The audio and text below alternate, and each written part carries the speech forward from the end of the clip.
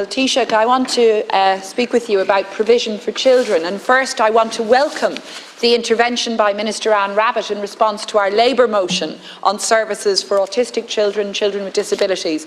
And I want to commend Minister Rabbitte for committing to bring our Labour proposal to Cabinet if 6 regional assessment teams are not functional by the 1st of August, that she was committing the state to pay for assessments of needs of children awaiting more than 3 months. I think that was a really important, if I may say, a really timely and unexpected but very welcome intervention by Minister Rabbitte, supported by Minister O'Gorman. I do want to ask you, Taoiseach, can you commit to that, therefore, for the children and parents who are listening to the debate this morning and who've heard what has been said? We acknowledge the recruitment crisis, we've acknowledged all of that, we've acknowledged progress that has been made, but we need to see that sort of really effective commitment being made and being honoured by government now. And we owe that to Cara and Mark Darmody and to all of those who've been so active for so long, seeking adequate and effective interventions and services for their children. And Taoiseach, can I raise another issue relating to provision for children? This morning's Barnardo's report, which laid bare the real impact of the cost of living crisis for children in Ireland, exposing the stark reality facing so many parents across the country, making the unthinkable decision not to bring a sick child to the doctor because they simply cannot afford it. One parent reporting being afraid to do the washing because of ESB bills. This report has confirmed what we in Labour have been warning about now for some time, that the barrage of tokenistic and untargeted measures adopted by government were simply not enough to keep the wolf from the door for far too many, simply not enough for children today asking their parents, are we poor? And the week in which we see this publication of this important Barnardo's report, in which we talk, in which we hear from parents who are trying to get services for autistic children, this week also appears to mark the beginning of budget kite flying season. And Taoiseach, you've condemned the practice of drip feeding and kite flying of proposals over years, and yet you and your party colleagues, ironically, have been first out of the traps, calling for tax cuts in this budget and showing fundamental disrespect for your partners in government. Some of them have been very open about their critique of this. But more importantly, it's disrespectful for the people in our communities across the country struggling, as Barnardo's have told us, struggling to get services, struggling to make ends meet. It's disrespectful to them to see Fine Gael ministers and TDs testing the waters, attempting to consolidate popular support by playing politics, mooting ideas to resonate with a core vote and insulting households trapped in poverty. So Taoiseach, can you agree that it's impossible to maintain a position favouring tax cuts while leaving behind so many families, so many children in poverty? And do you agree that at a minimum, any tax relief in this budget must be accompanied by a meaningful increase in social welfare payments, a commitment to the living wage, and crucially, a commitment to invest budget surpluses in the provision of services for children with special needs, for children who are facing at the moment such an enormous shortfall in service provision for autism, for disability services across the country? Taoiseach. Thanks, deputies. A lot of very important issues you've raised there. I'm not sure if I can cover them all in my response, given the time I have, but I will do my best.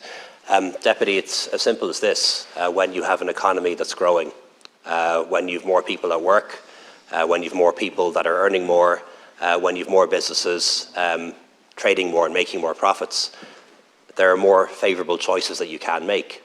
Look at the labour force survey out today. 2.6 million people at work, 600,000 more at work today than when I first became a government minister. Incomes at an all-time high, and female participation in the workforce at its highest ever level. And when you're in that position, when you pursue the right economic policies, the right trade policies, the right foreign policy for a number of years, well, then you have choices. And yes, in that context, when you have a strong economy, it is possible to reduce taxes and also to increase social welfare and pensions, and also to find more money to invest in public services and public infrastructure. Not only is it possible, Deputy, it's actually what we've done every year, probably for the past 6 or 7 years. Perhaps that hasn't been noticed by you, but it is a fact. I'd invite you to fact check that. For the last number of years, we've been able to reduce taxes on incomes, we've been able to increase pensions and social welfare, we've been able to increase public spending, both on services and on infrastructure, and we will continue to do that so long as this government remains in office. The biggest risk to us doing that in the future is a fundamental change in economic policy and a fundamental change in foreign policy. If we move away from the centre of the European Union, if we vote down trade agreements, as some of the parties opposite want to do, if we change our fundamental pro-enterprise, low-tax and economic policies, well, then things will change. They will change fundamentally. We'll go into recession, and then we'll have to face austerity again. And I hope that doesn't happen, Deputy. In relation to the issue that you raised on parents accessing. Sorry, I didn't quite hear that, but I'm trying to answer Deputy Bacik's question in relation to the issue of reimbursement of assessments of needs. That is something we will examine. In fact, we've started examining it already as a possibility. I have no ideological objection whatsoever when it comes to paying private practitioners. We do it in general practice, we do it in pharmacy, we do it for dentistry, we do it for private hospitals through the NTPF. So I've never had any problem with that. Others might, or might have in the past. I've never had a problem with using private practitioners to provide public services, no problem with it whatsoever. But if we do, we need to get it right. We need to know how much capacity exists in the private sector. I'm told it mightn't be that much, but we need to know.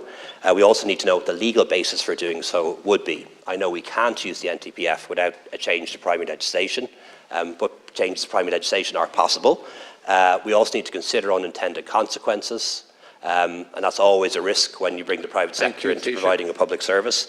And we also need to work out the reimbursement model. Would it be a case of somebody just sending the bill to the government? I don't think that would work. You'd need some sort of prior approval system like we have for things like the cross-border directive. But we are looking at this already, by the way, and hope you can pick that up from my response.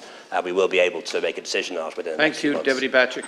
Well, Taoiseach, certainly I agree that budget surpluses do give choices, but the kite flying by your own party this week suggests that your choice is to insist on a Fine Gael ideological agenda of tax cutting at the expense of providing the necessary public investment to deliver services for people who are struggling to make ends meet, and it's at the expense of investment in meaningful measures to tackle child poverty, a commitment you've made to tackling child poverty, and yet we see more than 188,000 children living in poverty, like those whose stories were told in the Bernardo's report today. So I am appealing to you and your government to ensure that the necessary investment is made. And in response to your, and thank you for engaging with me on Minister Anne Rabbitt's commitment, and I thank you for saying that work is underway on that. Of course we want to see the 6 regional assessment teams in place. And can I ask you again to ensure that the necessary public investment is there so that those assessments teams are in place, so that the backlog of assessments of needs can be met in that way,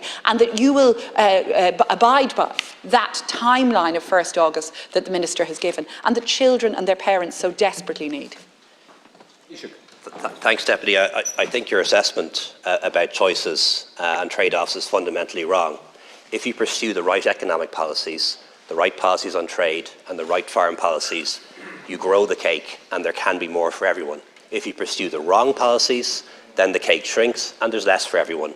That's a different approach and a different philosophy we have. But I think the fact that we've done what we've done in the past 5 years, cut income tax, increase pensions, increase welfare, increase spending on public services, increased investment infrastructure, shows that we're right and you're wrong in terms of our understanding as to how the economy works. Just in relation to the issue that you raised in relation to the cost of living crisis, of course I acknowledge that a lot of parents, a lot of families are struggling with the cost of living, but we are acting on this. I'll give you 12 ways that we're acting in the 16 seconds that I have. We've increased the national minimum wage and the working family payment for low-income working families. We've increased social welfare payments, the one-parent family payment up by €12 a week, for example. Next month, every child will receive €100, including middle-income parents, because some of them are struggling too. And the back-to-school clothing and footwear allowance will be paid at the higher rate. We've also reduced college fees, increased the SUSI grant, reduced the cost of school transport, waived exam fees, introduced cheaper childcare, cheaper public transport, free school books in all primary schools from September, and the expansion of hot school meals. And so long as this government stays in office, we'll do more and more again. The biggest risk is a change of policy, a fundamental change of economic policy, our foreign policy. Then we'll go backwards.